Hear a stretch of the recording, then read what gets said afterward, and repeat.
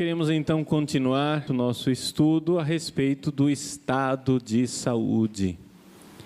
Se nós queremos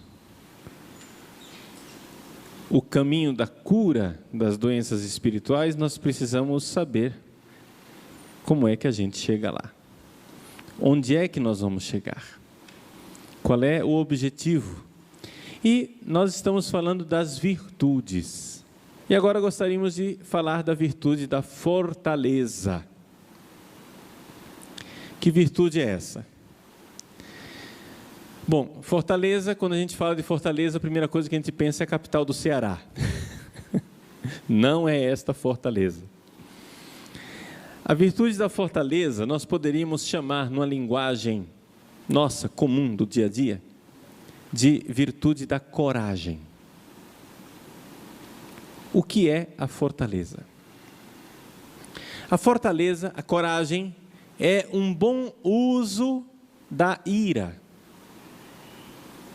A nossa ira. Quem já assistiu às palestras no site e quem for comprar o segundo volume do livro, vai ver que a ira é um dom de Deus. Nós somos acostumados a pensar na ira como sendo uma realidade negativa. Claro, existe o lado negativo da ira. Se você for baixar no site a palestra sobre a ira, eu vou então explicar toda a realidade negativa da ira, a ira como doença espiritual, a ira como algo que faz com que o homem seja menos sadio, a ira que faz com que eu perca o rumo prudente das coisas, que nós vimos, aliás, na palestra passada, uma má ira, uma ira que cega. Mas existe uma ira boa, e é nesta ira boa que está fundamentada a virtude da coragem, a virtude da fortaleza. Deixa eu explicar. Os santos padres dizem que a ira, ela é como um cão de guarda, um cachorro, um cão de guarda que Deus colocou na porta da alma, para que a alma, quando ela for assediada, quando ela for invadida pelo demônio, pela tentação, esse cachorro deve latir, esse cachorro deve ladrar, esse cachorro deve ir contra o invasor. É o cão de guarda. Então, uma pessoa normal, uma pessoa sadia, ela deve ter ira. Deve ter a ira. É interessante nós notarmos isto, por quê? Porque nós estamos num mundo pacifista. Nós achamos que é a paz, que beleza, nós precisamos da paz, paz e amor, bicho, né? Mas cuidado, nem sempre a paz é sinal de paz messiânica, sinal de paz que vem de Deus. Jesus também disse assim: quando disserem paz e tranquilidade, aí virá a aprovação final, a aprovação derradeira. Cuidado com os pacifismos. Bom, vejam, a ira é importante, porque a ira é um dom de Deus. Ela deve agir contra o mal, mas não somente isso. A ira também, ela é esta força de vontade, esta energia interior que nós temos para ir na direção das coisas de Deus.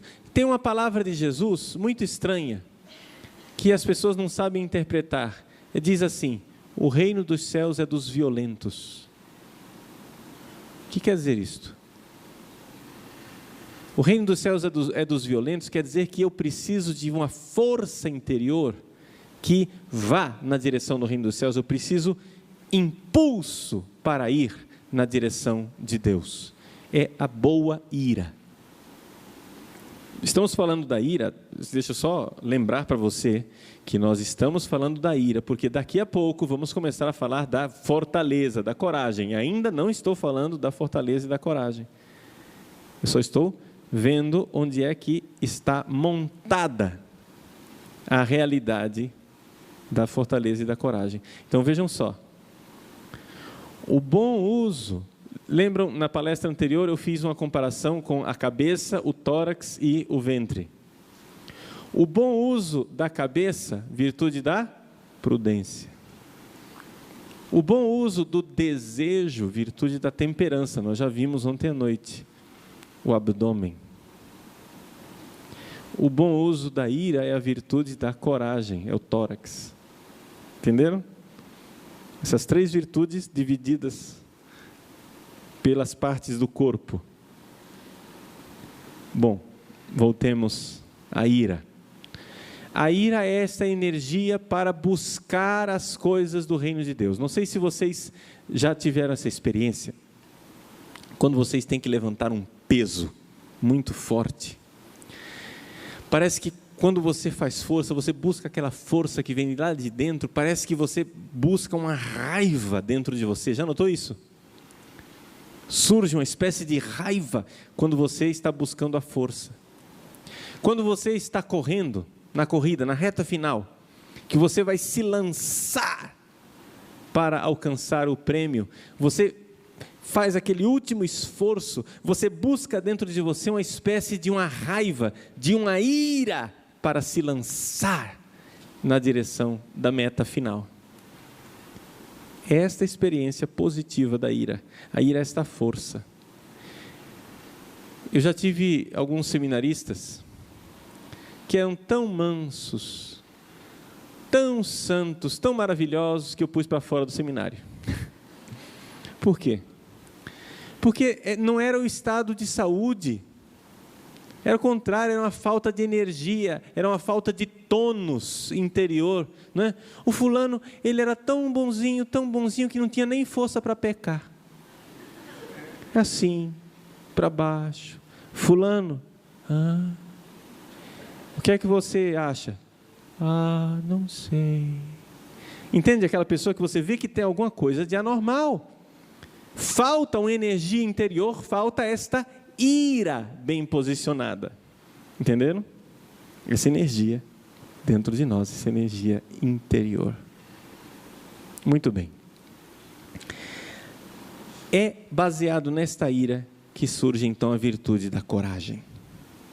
Santo Agostinho nos recorda que existe a virtude da fortaleza, da coragem, porque existe o mal no mundo. Se não existisse maldade, se não existisse o mal do mundo, nós não precisaríamos de fortaleza, não precisaríamos de coragem. Coragem para enfrentar o quê? Coragem só existe porque existe a maldade. Então, vejam, como nós, atenção, vamos ligar uma virtude à outra. Como nós estamos no mundo do faz de conta, como nós, infelizmente, na sociedade atual relativista, nós estamos no melhor de todos os mundos possíveis, no paraíso idílico, o mundo devia ser assim, a virtude da coragem e da fortaleza, ela não é absolutamente admirada. Ninguém admira isto, a coragem, a fortaleza. Por quê? Porque a gente faz de conta que o mal não existe. Esta é a estupidez dos tempos modernos. Como é que um cristão lida com o pecado? O cristão vê que pecou e se arrepende e pede perdão. Como é que o mundo moderno lida com o pecado? Ele diz, não é pecado não tem problema não, está tudo normal, está tudo bem. É o mundo do faz de conta, entendeu? Para mim droga não faz mal, droga não mata. Para mim sexo livre não contrai AIDS, para mim tá bom. Isso não mata ninguém, não faz mal. O mundo moderno vive no mundo do faz de conta, onde a maldade não existe. Mas no mundo real, mundo real, no mundo real, tem bandido. No mundo real tem gente desonesta. Eu não gosto de violência, mas no mundo real tem violência. Ou seja, Santo Agostinho diz isto: a virtude da fortaleza, virtude, é uma virtude, a coragem, a fortaleza é uma virtude. A virtude da fortaleza existe por quê? Porque existe o mal no mundo. Se não existisse mal no mundo, não precisava de coragem, não precisava de fortaleza. Você vai lutar contra o quê? Não precisa lutar contra nada. Jesus, que é o homem curado, ele foi corajoso quando ele pegou aquela chibata no templo e colocou para fora aqueles vendilhões. Jesus foi corajoso quando olhou para os fariseus e disse: raça de víbora, sepulcros caiados. Ele sabia que ele estava cutucando a onça com vara curta. Jesus foi corajoso. Esse é um homem curado. Jesus não é um palerma, um bobão. Ah, paz e amor, bicho, fuma maconha, está todo doidão. Esse não é Jesus. Jesus foi capaz de morrer na cruz. Sim. Mas morreu na cruz para me salvar. Essa é a coragem. Este é o exemplo mais luminoso de fortaleza. Então, gente, existe a virtude da coragem e da fortaleza, porque o mal existe e alguém tem que ter coragem de morrer para que os outros vivam. Alguém tem que ter coragem de pôr sua vida em risco. Agora, o problema é o seguinte: a verdadeira coragem só existe se de alguma forma, você não é materialista.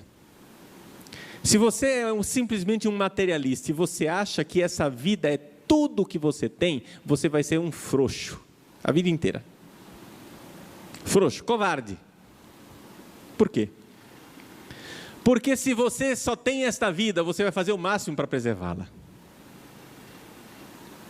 Mas se você acredita no que está escrito no Salmo: vosso amor vale mais do que a vida, e por isso meus lábios vos louvam. Se existe algo que vale mais do que a vida, então eu posso pôr a vida em risco, porque existe algo que vale mais do que a vida.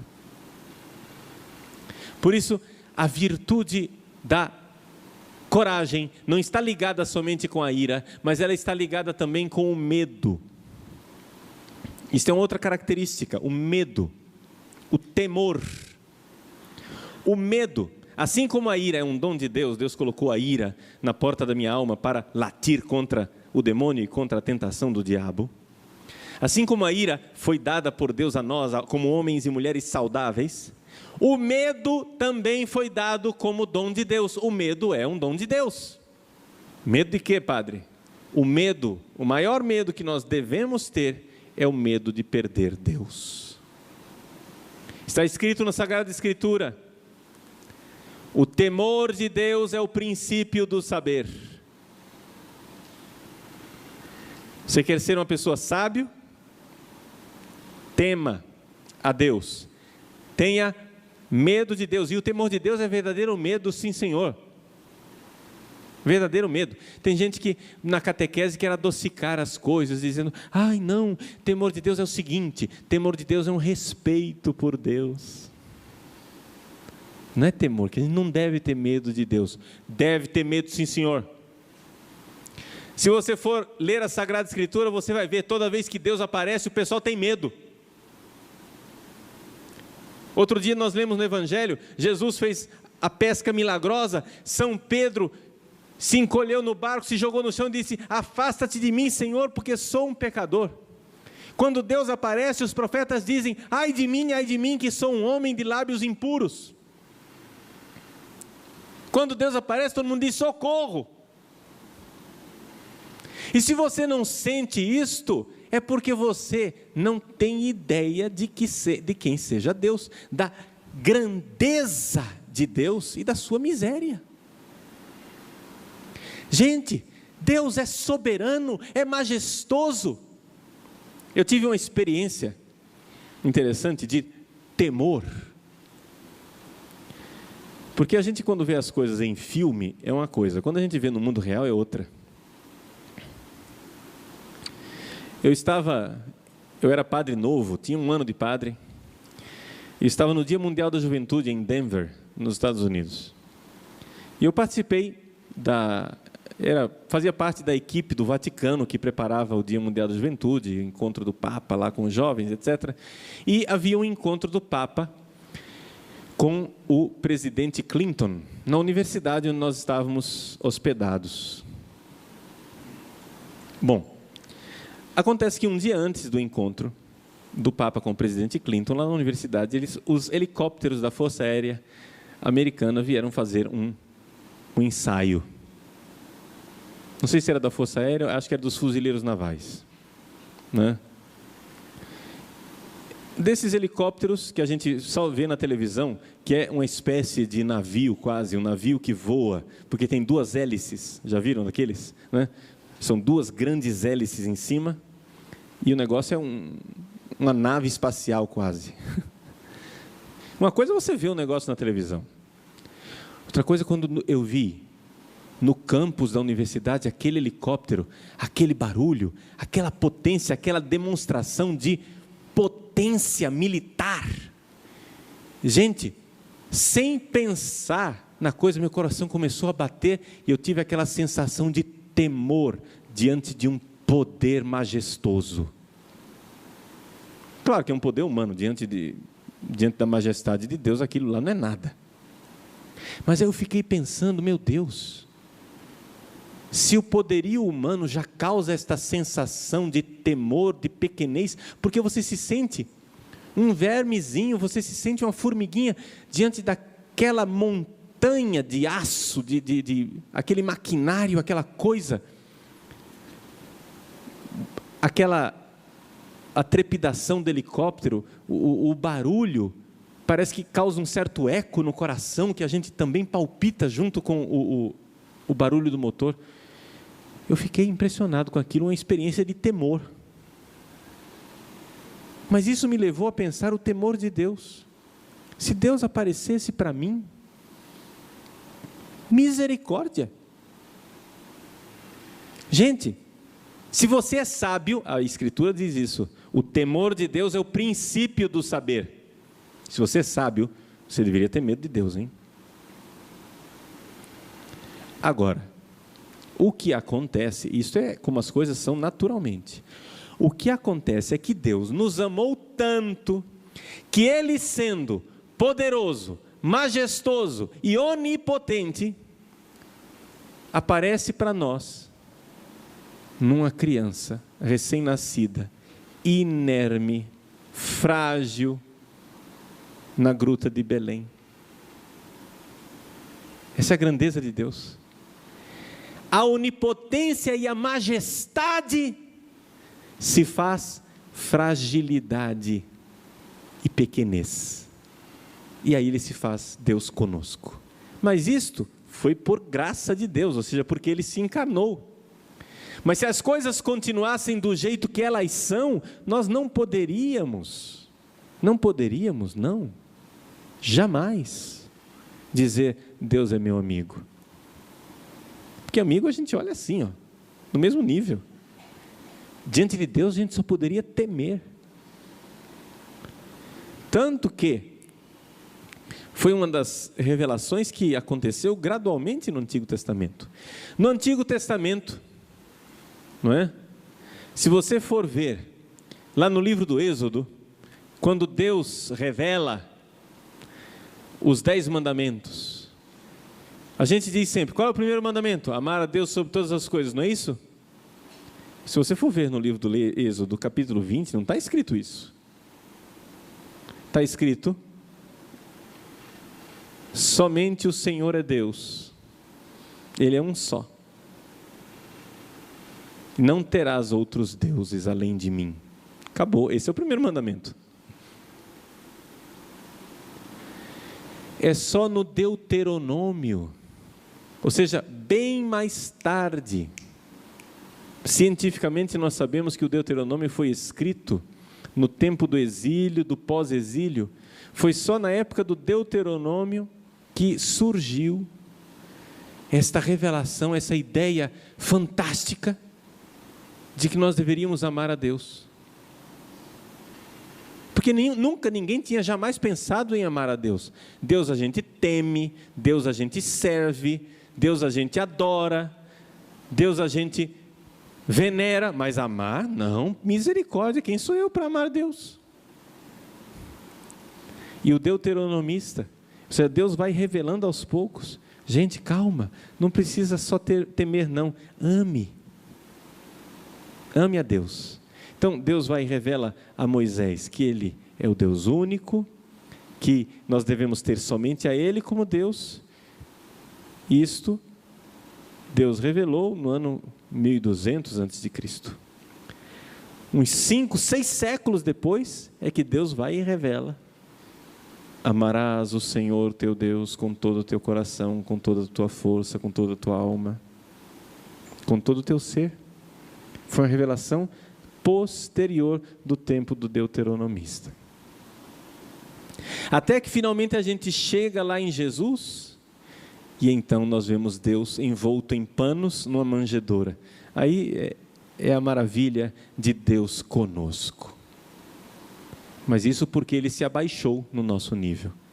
Mas o normal, o natural, é que nós temamos a Deus. Ou seja, Jesus, quando Ele aparece, Ele diz: não tenhais medo. Não tenhais medo quer dizer, eu estou aqui como amigo, não como quem condena. Não tenhais medo. Mas isso foi uma evolução. Então a primeira coisa que nós precisamos compreender é que o normal diante de Deus é que nós tenhamos medo. Mas existe um outro aspecto do temor de Deus. Não é somente esse temor reverencial de quem se inclina diante da majestade tremenda de nosso Senhor, mas é também o medo de perder Deus. Quando você tem uma joia preciosa, você fica com medo de perdê-la. Quando você tem algo de estimação, algo que você ama muito, você tem medo de perder. Nós precisamos ter o temor de Deus, porque precisamos ter medo de perder Deus. Como é que eu posso perder Deus, Padre? Ah, meu filho, chama-se inferno. Perder Deus quer dizer o seguinte, que depois, na hora H, quando a gente for lá diante do trono de Deus, Deus abrir os braços e disser: vem.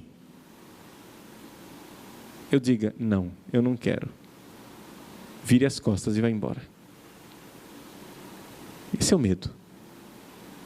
Ah, Padre, eu nunca vou fazer isso. Não sei. Quantas e quantas vezes nós fazemos isso na prática, quando pecamos, quando escolhemos o pecado ao invés de escolher Deus? É ou não é verdade? Temor. Então, a coragem, o corajoso, não é uma pessoa que não tem medo. O corajoso é aquele que tem o medo certo. Corajoso é aquele que tem usando a linguagem dos medievais, uma ordo timores. Ordo timores quer dizer que existe uma ordem nos medos, uma ordem nos temores. Existem coisas mais importantes e coisas menos importantes. Se um assassino entra na sua casa e quer matar a pessoa que você ama, você se joga na frente do assassino e começa a brigar com ele. Você não tem medo de morrer? Claro que você tem medo de morrer. Só que o medo de morrer é menor do que o medo de perder a pessoa que você ama. Entenderam? É uma ordem nos temores. Eu tenho medo de perder a minha vida. Mas se eu sou corajoso, eu tenho mais medo ainda de perder a pessoa que eu amo. Essa é a coragem. É uma ordem nos temores. Os mártires são o exemplo máximo de virtude da fortaleza. O exemplo maiúsculo de virtude da fortaleza, de homem e de mulher curados na graça de Deus, são os mártires. É gente que tem mais medo de ofender a Deus do que de perder a vida. O exemplo de São Policarpo. São Policarpo de Esmirna foi um bispo do início da igreja, século 2, passagem para o século 3, São Policarpo chegou a conhecer o apóstolo São João. Então é bem antigo, século 2. Pois bem, São Policarpo chegou lá no circo romano, onde os cristãos eram jogados às feras, eram jogados aos leões, e ele, diante do juiz, do cônsul que estava lá, o juiz perguntou para ele: és cristão? Ele disse: sou cristão. Renega a Cristo. Ele diz: há 80 anos eu sirvo a este Senhor, e Ele nunca me fez mal. Como é que eu o renegaria? Sacrifica aos deuses. Fique bem claro para você: não sacrificarei. Olha para a tua condição, tu vais morrer, disse o juiz. Dize: abaixo os ateus. Policarpo então olhou para a multidão de pagãos, apontou para eles e disse: abaixo os ateus. Porque eles achavam que os cristãos é que eram ateus, porque os cristãos não tinham imagens, não tinham ídolos. Então cadê o Deus de vocês? Vocês são ateus. E assim Policarpo morreu. Por quê? Porque ele não tinha medo? Não, ele tinha medo de perder Deus, medo de ofender o seu bom Senhor, medo de ofender nosso Senhor Jesus Cristo. Os mártires são assim. Este é o exemplo maior de coragem. A coragem máxima, a coragem maiúscula, é a coragem dos mártires, que embora tenham medo de perder a vida, têm mais medo ainda de perder a Deus. Agora, meus irmãos, vejam, a coragem também diz uma coisa a respeito da nossa natureza humana. A coragem fala da nossa vulnerabilidade. O que isso quer dizer? Vulnus, em latim, quer dizer ferida. Nós somos vulneráveis, quer dizer que nós podemos ser machucados. Os anjos, por incrível que pareça, deixa eu dizer para vocês, os anjos não têm coragem. Não têm a virtude da fortaleza, os anjos. Sabe por quê? Porque eles não morrem. Anjo não morre. Anjo não pode ser ferido. Anjo não pode ser machucado. O anjo já está no seu estado definitivo. O anjo que já está na glória de Deus, no céu ele está na glória de Deus e não perde mais essa glória de Deus. E o diabo já perdeu, acabou, não tem mais volta. Então ele não tem que ter medo de nada, já está perdido, não é? Eu não tenho medo de ficar careca, porque eu já estou careca. Não é verdade? Eu não posso ter medo de uma coisa que já aconteceu. Ah, padre, eu estou com medo de nascer. Não, você não pode ter medo de nascer, você já nasceu, você já existe. Não é? Uma mãe de 10 filhos não pode ter medo de perder a virgindade. Estamos de acordo? Os anjos e os demônios não têm medo. E por que não têm medo? Porque eles não são vulneráveis.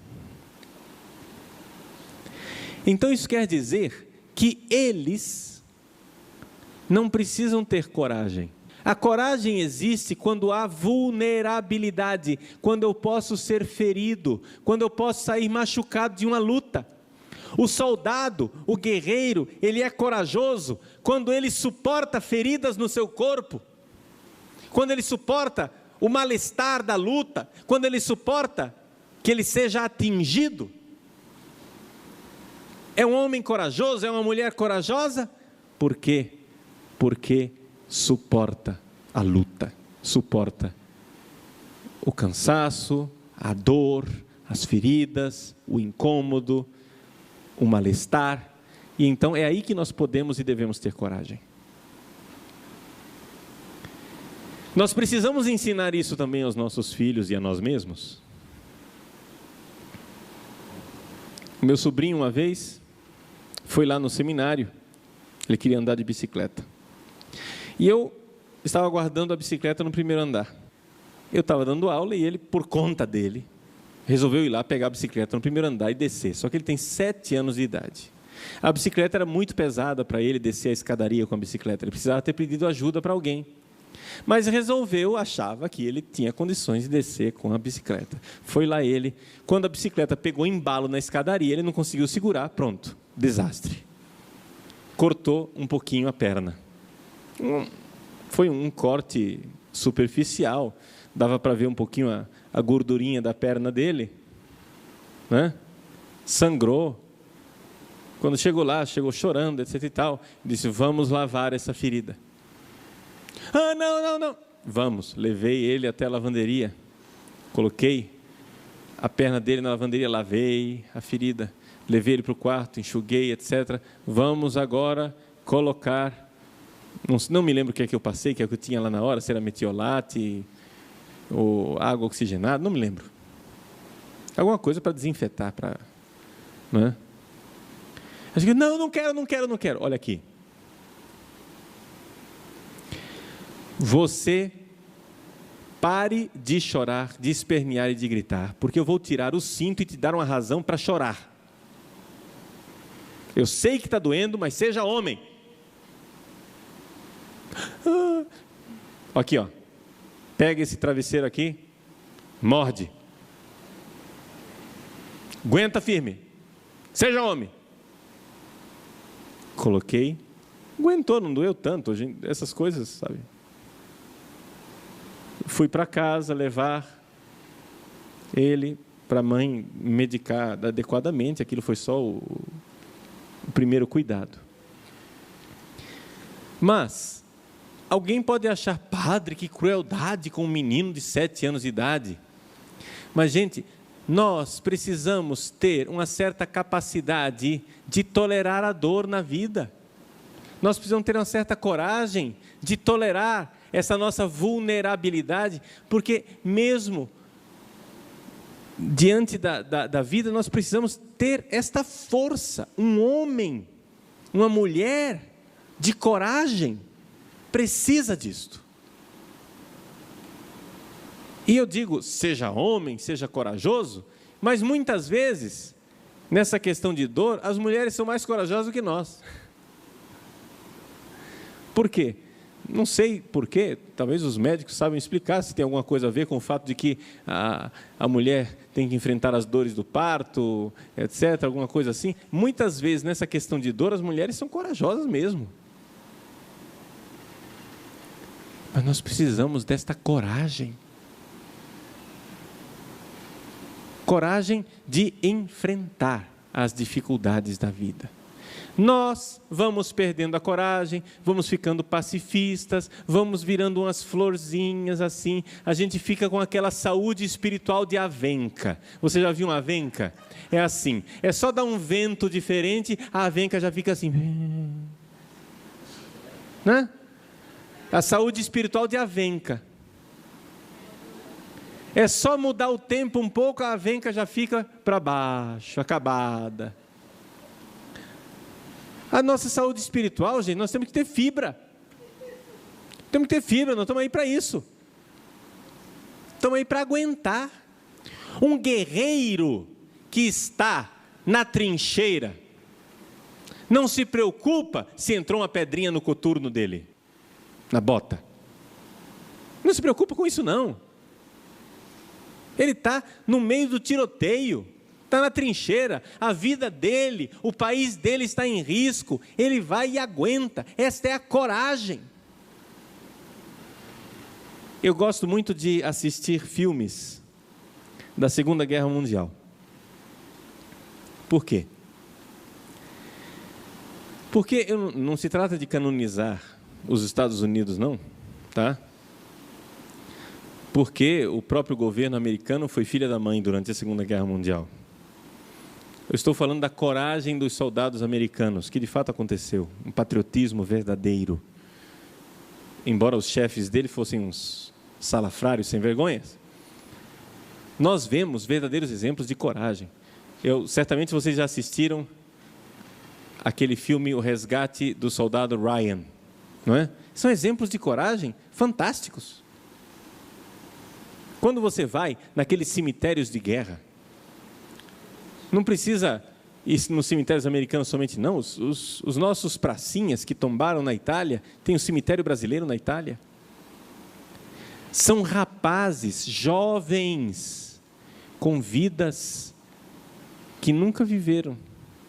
São vidas que terminaram aos 18 anos de idade, 19. Por quê? Para que nós não perecêssemos debaixo da bota de Hitler. Deram a vida pela nossa liberdade. Eles deram a vida. Também o nosso governo aqui na época era sem vergonha. O Getúlio Vargas não é nenhum santinho, não. Getúlio Vargas, ele flertava com Hitler, gostava de Hitler. Foi por pressão popular que o Brasil entrou na guerra contra Hitler. Mas se fosse pelo Getúlio Vargas, ele era muito simpático com Hitler, Mussolini, era tudo amigão dele. Mas foi o povo brasileiro. Os nossos pracinhas foram para a Itália para lutar pela liberdade. E se nós hoje temos essa nossa liberdade aqui, claudicante, é verdade, mas temos liberdade, é porque alguém morreu para garanti-la. Alguma coisa vale mais do que a vida, entenderam? Aqueles jovens que deram a vida. Eu sempre, na formação dos seminaristas, lá no Seminário Cristo Rei, nós assistimos, de quando em quanto tempo, assistimos uma série da HBO, que se vende por aí nas lojas de vídeo, de DVD. Tem um box com, acho que são 6 DVDs. Uma série chamada Band of Brothers. Band of Brothers é uma série que fala de uma companhia de paraquedistas americanos que lutaram durante a Segunda Guerra Mundial, e os caras eram realmente heróis. Exemplo de heroísmo mesmo. Coisa muito boa, muito bem feita. E eu assisto com os seminaristas essa série justamente para que eles, como padres, entendam que eles não são chamados a ser florzinhas. Esse negócio de ser padre é coisa para homem. É para dar a vida mesmo, rapaz. É para morrer. Para ter coragem. Você tem que dar a vida. Não tem que ficar se poupando, não. Tem que gastar a vida. Ah, eu estou cansadinho, eu não quero. O que é isso? Para que você se fez padre? Coragem. Então, a virtude da fortaleza e da coragem indicam este grau de perfeição humana, de saúde humana, em que nós, seres humanos, somos chamados por Deus a combater a maldade. Então, resumindo tudo aquilo que eu disse, a virtude da coragem, da fortaleza, é um bom uso da ira. Nós precisamos usar a nossa ira. Por quê? Número 2, porque existe maldade no mundo, e o mal precisa ser combatido. Isso quer dizer que o corajoso, o que tem fortaleza, não tem medo nenhum? Tem, ele tem o medo certo. Existe uma ordem nos temores. Ter o medo de perder a Deus, sobretudo, mas não ter medo de perder a vida, quando é por amor. Porque se você for medroso, tiver medo de perder a vida, quanto mais medo você tiver, pior você fica. Quem quiser se salvar vai se perder, mas quem se perder por amor, esse vai se salvar. E finalmente significa vulnerabilidade. Significa que nós podemos sim sair com feridas da nossa vida. Mas a pergunta não é se nós temos ou não temos cicatrizes e feridas. A pergunta é se valeu a pena. Porque deste mundo aqui, nós não vamos sair incólumes. Não. Nós precisamos nos gastar. Precisamos ter essa coragem de gastar esta vida para um propósito, para algo de bom para algo que vem de Deus. Esta é a virtude da coragem, a virtude da fortaleza. Uma última palavra para distinguir a virtude da fortaleza da virtude, do dom da fortaleza, que são duas coisas diferentes. Vocês, quando estudam os 7 dons do Espírito Santo, não tem o dom da fortaleza? Não é isso? E a virtude da fortaleza? Vejam, o dom da fortaleza é a mesma coisa, é a mesma fortaleza, só que dada como um dom infundido no nosso coração. Por quê? Vocês se lembram que a fortaleza, ela é uma virtude humana, ao contrário das virtudes teologais. Não é? Nós estamos estudando aqui, neste aprofundamento, as 7 virtudes. São 7 virtudes, 4 virtudes cardeais: temperança, prudência, fortaleza e justiça. E 3 virtudes teologais: fé, esperança e caridade. As virtudes teologais, elas são dom de Deus. Tem uma parte nossa, nós vamos ver que existe uma parte nossa para colaborar com o dom de Deus, mas são um dom de Deus. Já as 4 virtudes da prudência, temperança, fortaleza e justiça, estas virtudes são virtudes humanas. Isso quer dizer que o ser humano, por criação de Deus, claro que todos os dons e tudo vem de Deus no fim das contas, mas por sua própria natureza o ser humano é capaz de ter essas 4 virtudes. São virtudes humanas, de seres humanos normais, sadios. Essas 4 virtudes humanas podem ser treinadas, podem ser educadas, e devemos treiná-las e devemos educá-las com esforço, com uma vida de disciplina e de ascese. Mas eu posso também receber o dom de Deus, não é? Então, este dom que vem de Deus, ele é uma concessão. O Espírito Santo, portanto, ele vem com estes dons. Se nós formos olhar para os 7 dons do Espírito Santo, nós vamos identificar que a fortaleza tem o mesmo conteúdo. Que, por exemplo, a prudência, que nós já estudamos, não é? Ela não tem o dom da prudência, mas tem o dom do conselho, que é aparentado com ela, não é? De saber fazer a coisa certa na hora certa. Então, este é o dom de Deus, tá bom? Então, esta é a virtude da fortaleza, que nós sejamos fortes, que nosso Senhor nos dê a força de ter medo de perdê-lo, de lutar para não perdê-lo, para amar até o fim. E alguns de nós certamente iremos receber este dom de forma soberana, de forma maiúscula. É o dom do martírio, é o dom de quem entrega a sua vida a Deus até o derramamento de sangue.